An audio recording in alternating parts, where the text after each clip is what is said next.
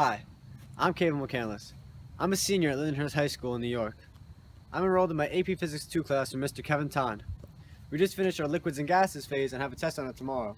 So today I'm going to introduce you to Bernoulli's principle, which is highly used in the liquids chapter, and Go. a key concept to understand when trying to completely get Bernoulli's principle is the equation Q equals V times A. Q is the flow rate at which the water comes out, V is the velocity of the water, and A is the cross-sectional area of the opening of the hose or pipe into which the water is leaving. Since Q is constant right here, if you decrease A, your velocity must come up. So as I put my thumb over the opening, decreasing the cross-sectional area, the velocity at which the water exits increases. Therefore, if you half it, velocity will double. If you quarter it, velocity will quadruple. So on and so forth. This is key in understanding Bernoulli's principle, in which we get onto in the rest of this video. Hi. So, let's get down to Bernoulli's principle. To simply put it, Bernoulli's principle is as the pressure the liquid has on an area decreases as the velocity of the liquid flowing on that area increases. It might sound a little tricky with the wording, but it's actually really easy. All you have to know is that the correlation between pressure and velocity are inverses of each other as the liquid flows across the cross-sectional area. So, a common experiment is if you have a piece of paper and you hold it just like this, you blow across the top of it, that will have a faster velocity than on the bottom. So if you're faster velocity up here, that means pressure's less. So if you have a higher pressure up here, the rest of the paper will get pushed up. Watch.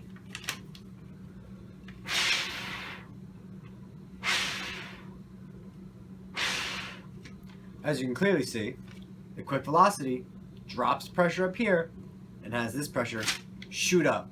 So if it's higher, the velocity is less. That pretty simply is why you have a hurricane or a tornado going over somebody's house. The roof of the house will get ripped right off. What happens is those fast gushing winds of a hurricane or tornado go right over the roof of the house. Now, inside the house, velocity is not as fast. So that pressure on top of the house drops. It's not high at all anymore because these fast winds are moving and moving and moving. So now the pressure in the house is building up, just like a champagne bottle would. Until that pressure shoots the roof right off a house, and that's why they come off so easily during hurricanes. And you need hurricane latches now pretty much anywhere you live, or a tornado latch to hold the roof down to make sure it doesn't pop right off like a soda can. So to simply put, just to recap, we make sure we know what we're talking about. Bernoulli's principle pretty much says that the greater speed or the higher velocity, the lower pressure you'll have. And then that applies to so many things in life, as, you know, the roofs flying off your house during a hurricane, how airplanes fly, which we'll get to in the rest of the video, even biological functions that go inside the body itself. If the blood coursing through an artery or a vein is flowing very slowly, you probably have very high blood pressure in that vein or artery. Conversely, if it's going very, very fast, you know, flowing efficiently and quickly, and the pressure on that artery or vein is less. There's much less pressure on your arteries or veins. And that's what applies to biological standpoints as well as other, you know, physical and meteorological standpoints.